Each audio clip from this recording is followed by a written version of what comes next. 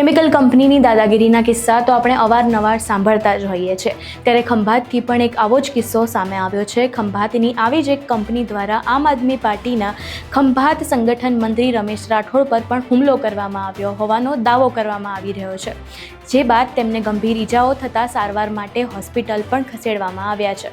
આ મુદ્દે આમ આદમી પાર્ટી ખંભાત વિધાનસભા મીડિયા મંત્રી રમેશ રાઠોડે વિડીયો જાહેર કરી ઘટના અંગે માહિતી આપી હતી। ચાલો જાણીએ તેઓ શું કહી રહ્યા છે। નમસ્કાર, આપ જોઈ રહ્યા છો ચક્રવાત ન્યૂઝ। હું આપની સાથે પૂજા।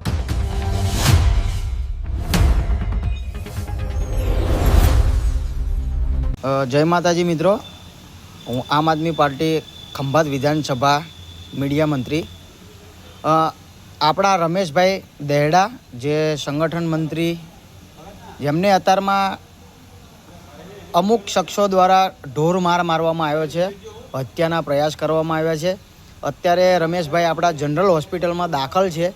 તો તમામ આમ આદમી પાર્ટીના આપણા કાર્યકર્તાઓને નમ્ર વિનંતી કે રમેશભાઈ રાઠોડનું મનોબળ વધારવા માટે આપ સૌ હાજરી આપશો।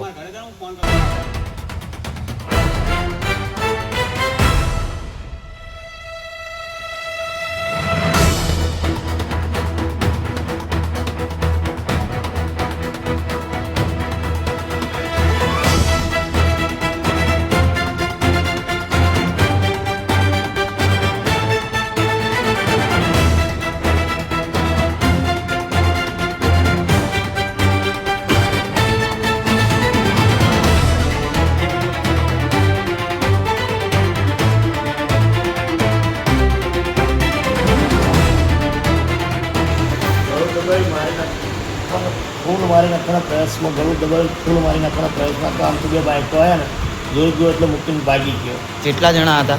એક જ હતો।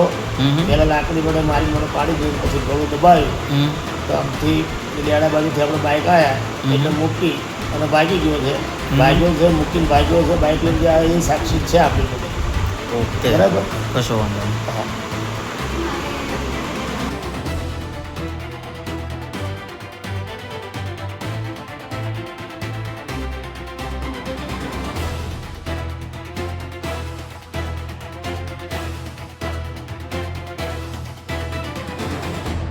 તમે અહીં રમેશ રાઠોડને સાંભળ્યા, ત્યારે સવાલ હવે એ ઊભો થઈ રહ્યો છે કે આ કેમિકલ કંપનીઓ પાસે આટલો પાવર આવી ક્યાંથી રહ્યો છે કે તેઓ પ્રશ્ન ઉઠાવનાર વ્યક્તિઓ ઉપર હુમલા કરી રહ્યા છે ને તેઓ ડરતા પણ નથી। ત્યારે હવે આ કેમિકલ કંપનીઓની દાદાગીરીનો અંત આવે છે કે નહીં, પોલીસ સમગ્ર મામલે શું પગલાં ભરે છે તે તો હવે જોવું રહ્યું। ત્યારે તમારું આ સમગ્ર મામલે શું માનવું છે, તમારા મંતવ્ય અમને કમેન્ટ બોક્સમાં જરૂરથી જણાવજો।